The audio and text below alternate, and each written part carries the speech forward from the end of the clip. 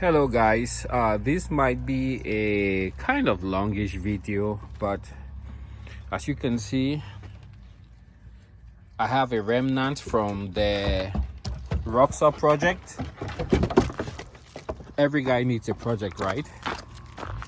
And Roy is here all excited, turning around in circles. I have the 3 tires. These are 33s, I think. Yeah, these are 33s that I tried on the Roxor, but after the 5.5-inch BMF Rox lift, these seemed kind of small, and there's 2 of them holding air. This third one I think is dead. You can see how it's all chewed up. And then this one also holds air, so those are good, but they need to be reworked. They have the right bolt pattern. I would have loved to have these rims and tire sizes in 35s, but that did not work out. So let's turn to the Roxor. Why haven't we been seeing videos of the Roxor? Well, it's a couple of reasons. As you know, and I said earlier, the Roxor is a work in progress. One time I had to get rescued, so these were ripped out. I kind of struggled and got this one straightened out using a BFH, and I bought a new set of bolts which I have inside, and I will be putting the second hook, which I got from Rick Checo, and this worked very good. This held on tight, but the failure point was the attachment to the bumper itself. So you see, the Roxor actually has a bar that runs. Then you have this plate that covers nothing. Actually, that's just for covering part of the steering assembly, and then also if you mount a winch, it's gonna fit right here, and this plate will be gone. The other project I have is the alignment. So right now my alignment is kind of close but not exact. So when I'm driving on loose dirt like this, if I go beyond like 30 miles an hour, 40 miles an hour, every so often then you feel the Roxor will just jerk to one side. So I need to get the alignment done correctly. These 2 tires up front, they're 35s, and since I got them, I think they just got them mounted, and I don't know if they were balanced. I know one of the tires for sure was balanced, but these 2 I'm not very sure if they were balanced. So I almost had what I would characterize as the Jeep guys have a name for it, like the death something. The death wobble, where the tire starts wobbling and then you feel like the whole Jeep is gonna fall off the road. So I had that a couple of times, and I could not go beyond 35 miles an hour. Part of what I did to solve that issue was, because that issue started after I installed this tire, I came here and I reduced the pressure to, it should be about 15 to 20 psi right now, but the shop thought it was going on a very big truck, so they had it to 60. And I believe this one right now is also at about 60, so I also have to reduce this one. These are all 35s, but 35s come in different flavors. This guy is way taller than that guy, and they're all 35s. So it's a Frankenstein of a Roxor that I have right now. One more reason why I have not been doing all these videos, because mine is still a work in progress. And then the other thing was, when I got these rims, because I got rid of my other rims as I progressed, I just didn't have the room to store stuff, so I had to get rid of stuff. So I was looking for 15s. I got these 15s, and they were painted black with what I believe was a spray paint, and I used aircraft paint remover.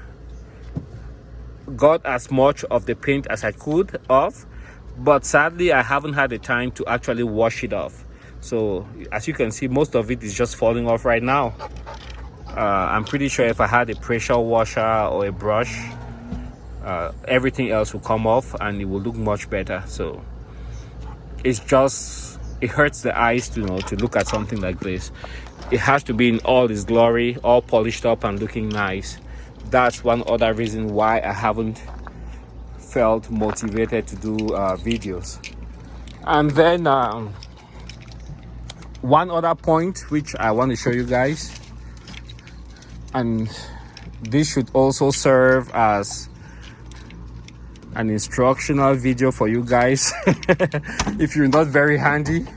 So here lies my turn signal kit, which I got at a very good deal.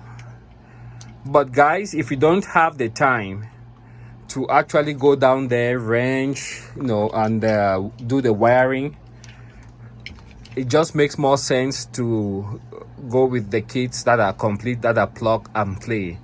They might seem expensive, but now in retrospect, I look at the loss of use that I've had. Cause look at this rig, like, well, that's a car, and look at this thing. Who wouldn't think this is a Jeep on the road? You can't really think in your mind that this is a side-by-side, and then you don't have turn signals. You're just looking for trouble, or you're just looking for an accident. So I just felt it's not unsafe, it's not safe enough, and it's not fair enough for the other road users to carry a rig like this and try to go to town and get gas, try to go to town and get groceries, which I used to do a lot more back in the day before I got the lift and the big tires. So those are just a couple of the reasons why you haven't seen me posting more videos, just because the rig is at a position where I can't really utilize it to its maximum potential. Hopefully within the next 2-3 days, I definitely think I will be able to finish up with the wiring of the turn signal, and that would make me use this a lot more. I also have the wiring of the wiper kit. That took me like a month to actually figure out what wiper set I needed, and there were just like 2 or 3 on the internet, and 2 of the guys were one was in Spain, one was in England, and then I just happened to find one person, I think in Pennsylvania, who had this last kit. So I bought it from him. Of course, it fits perfectly. I tested it out, the motor works and everything. I just need to get the cabling done and routed, try to hide it as best as I can and make it work. But it was just I think that was like about $90, $100, and then some wiring and maybe a relay and a switch and also a fuse. I have the fuse already, but they were asking for like $400, which for me, it didn't make too much sense. So yeah, right now I'm very happy with my Roxor, the way it sits. I love the height. I can't say enough about the lift kit. This is just the best game changer about the Roxor.